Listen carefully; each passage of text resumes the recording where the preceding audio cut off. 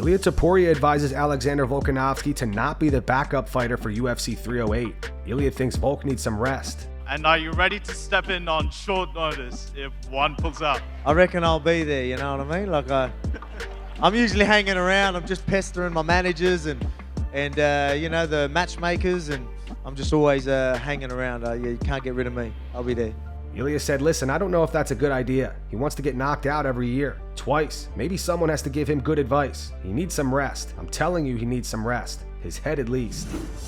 Belal Muhammad fired back at Shavkat Rakhmonov's recent interview, where he said that Belal recently declined to fight him. Shavkat told MMAfighting.com, actually, I've already been offered a fight to fight Belal, and I accepted the fight against Belal. But unfortunately, he declined to fight me due to the timing issues. He wasn't ready to defend his belt on that time, so we'll see what's going to happen and when he's going to be ready, so I will be able to fight him. Before he became a champion, and after he won the belt, he said he's going to be an active champion, and he will defend his belt more often. But at the moment, he wasn't backing up what he said, you know? So let's see what's going to happen, when he's going to be ready to fight me. It was in October, the Salt Lake City card. I don't know what's going on with Belal, and he's going to be ready at the moment. If they say December, January, I'm going to be ready. If they say April, May, it doesn't matter. I already deserve to fight for the belt. I already secured the spot, and I'll just make sure I'm going to be ready for the fight. So whenever he's ready, I'm in. Belal fired back on X. He wrote, inactive? LOL, I'm still on trial, and Shavkat hasn't fought since 2023. I think Shavkat and Usman should fight to find the real #1 contender. Usman Nurmagomedov addresses his recent failed drug test. Usman is the current Bellator lightweight champion and had his recent title defense win over Brett Primus overturned due to a failed drug test. He was fined $50,000 and suspended for 6 months. Usman denies that he took steroids. Speaking MMA Junkie, Usman said, we have a deal with California Commission, and I cannot tell to media or someone, but it was medication. If it were a steroid, they would have to say this was a steroid, and they would have to give me more time for suspension. They have to give me like 1 year, 2 year, and we have example from other guys. It was medication, and this was like nothing. Everything is good now. I don't care about the critics. I'm good. I didn't do nothing. I know who I am. I never did something like steroids or something like that. People only talk about this because they cannot win against us, and they have to say something. And they choose this way. Oh, this guy do steroids. Okay, guys, you can talk whatever you want, but who cares? Khalil Rountree says that he will not change his fight style against Alex Pereira. On the Believe You Me podcast, Rountree says that he would actually question his coaches if they told him to change things up. I'm a mixed martial artist. I'm able to do a lot of, different things. My grappling's good. My wrestling's decent, but that's just not me. That's not my instinct, And so, why would I put myself in harm's way to try to secure this victory when that's just not me, that's just not my style. So it would just show me that, if my coach were telling me, hey, this is the way, I'd be like, man, then, who are you coaching? Because this has never been the game plan. This is never. So why, at the height of my career, would we switch everything that we've ever done, you know what I mean, to try to secure some victory? Where's your belief in what I do, So it'd make me question my coaches, if anything. Not that I would immediately say you're fired, but I wouldn't just say, okay, oh yeah, no, there would be a serious discussion around that topic. And guys, let's be real. Why, if I'm in 10 years, 11 years, whatever, however long I've been with the UFC, if I've never attempted a single leg or a double leg or a takedown, why now at the height of my career? Why not just do what we've been doing? Wow. I do realize that it's an important moment, and yeah, I'm have a chance to reach the pinnacle and win the belt. But there's also ways of going about it that I can still stay true to myself and the victory be, a lot more meaningful. Henry Cejudo believes Merab is going to stop Sean O'Malley at UFC 306. Henry then thinks Usman Nurmagomedov will quote-unquote have his way with Merab. Speaking to MMA Junkie, Henry said, this is my prediction. Merab Dvalishvili is going to stop Sean O'Malley at the Sphere. He's going to beat him. He's going to either 50-45 him, maybe not 50-45 because he may lose the first 2 rounds, or the first one at least. He's going to beat him. But once Usman Nurmagomedov comes in, he's just going to have his way with Merab. He really is. Umar is really good, really technical. On Henry's potential return, he continued, am I going to fight just to fight, or am I going to chase something? I'm after gold now, and I think if I do go down to 125 pounds and stay disciplined, I just don't think there's anyone in the world that beats me. Aljamain Sterling gives his take on the upcoming fight between Ilia Topuria and Max Holloway at UFC 308. Aljo thinks it's possible for Max to drag the fight into the later rounds, and Ilia will fatigue. Max has a shorter reach for a guy at 45. I think it's like 67, 68. I'm 71. So you look at that, you look at Topuria. Topuria's got great grappling, but Max has great takedown defense. If Max can stay on his bike and touch him from the outside, it would be very interesting to see what happens in the later round, because we haven't seen Topuria like exhausted, tired yet. In round 5 with Josh Emmett, he was in the driver's seat the whole time.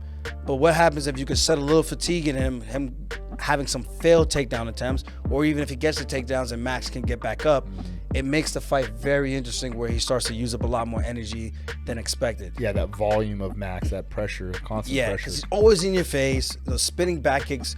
If Max gets back to the old school Max, it's a very intriguing fight. They're both so good, but when you think championship caliber fight, is those two guys. 100%. Stylistically, not DDP. Poor DDP. Yeah. Just out here catching strays at 145. But I am saying, like, for DDP, it does work, though. Yeah. But at 45, you can't get away with doing no bull like that. Right. It's just not the same weight class. You just can't.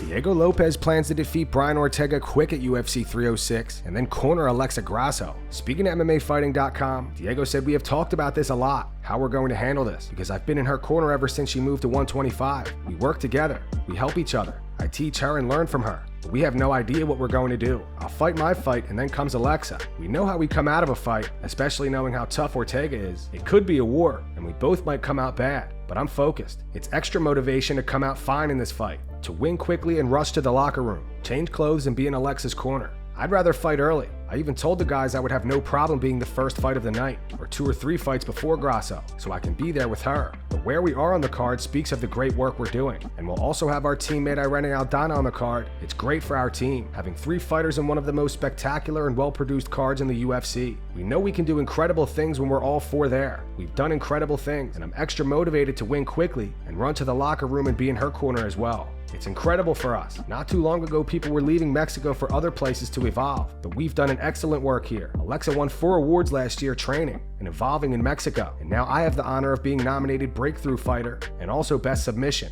That goes to show the work we've done here as a team. Our team is running against other teams that have bigger names and more than 10 athletes in the UFC. We only have 5 fighters in the UFC, and 4 of them are ranked. And our great teammate Alessandro Costa is fighting the number 12 ranked next. Our coach has done a great job." Rampage Jackson believes Pride used to f him over financially. Rampage says the most he ever came home with was $50,000 in cash, and other fighters like Boss Rutan were making $500,000. Back in the day, it would have been easier to travel with big money like that. You can't even do it no more. No. But Pride, and I know we talked about this a lot of times, but I actually want to ask you, what was the most you ever had to fly home with? You know, honestly, in Pride, I didn't make a whole lot of money when I was fighting. Now, that was me over. So the most I ever probably had to fly home with it was like $40,000, $50,000 Give you cash though? Yeah, it was cash. I like cash. But didn't Boss Rutan tell us he one time had to fly with like 500 grand or something? I told you, I was getting over. Those guys was getting paid. Oh, they were? Yeah, I was getting over. Because you gotta remember, my first time fighting in Pride, they felt like they was doing me a favor. I took a short notice fight, and they gave me 10 grand. Wow. And I was fought the biggest star over there for 10 grand. What's the most you think someone ever got paid in cash in Pride? You know? Heard any I don't know, because by contract we wasn't allowed to talk about how much money we made, but I'm guessing those guys was making like 500, 600K. No way. In cash. Oh yeah, some of them. Who do you think has been paid the most for a UFC fight? Because when they're going through that legal battle, they released a bunch of documents, and I was looking at how much Conor was making, and I looked how much CM Punk made, and the numbers are crazy. I think Conor probably has got the record, but I would think Bob Sapp. I don't know, but I would assume Bob Sapp was killing it over there in Japan at the time, because he had like the biggest deal I ever heard in one time. He had like a 15-fight deal with K1. Dustin Poirier's X account got hacked last night, and the hackers were promoting a crypto coin called Poirier, which the community immediately assumed was a scam. This was posted to Dustin's account last night. It reads, "Excited to announce the launch of Poirier, my very own meme coin, inspired by the grind, the hustle, and fighting spirit." It even states that a portion of the profits will be donated to the Good Fight Foundation. Dustin reacted on his Instagram. He posted this to his story. He wrote, "My Twitter is hacked. Don't click or follow anything these hackers are posting." He followed up with, "Also, whoever hacked my Twitter, I hope your mother stubs her big toe."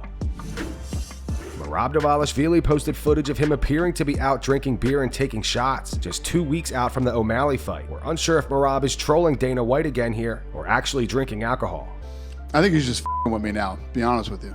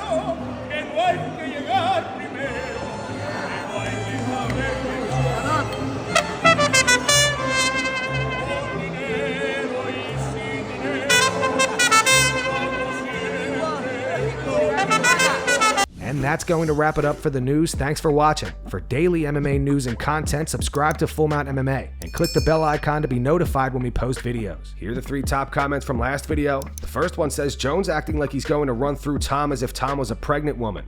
The second one says, don't let this distract you from the fact that Jones ducked Ngannou and sat out for 2 years to bulk up. And the final one says, John Jones, I could whoop your ass, but I'm good on that. Those were the 3 top comments from last video. If you want to be featured in the next one, all you have to do is comment down below. And if you missed yesterday's news, click the video on screen right now to get caught up.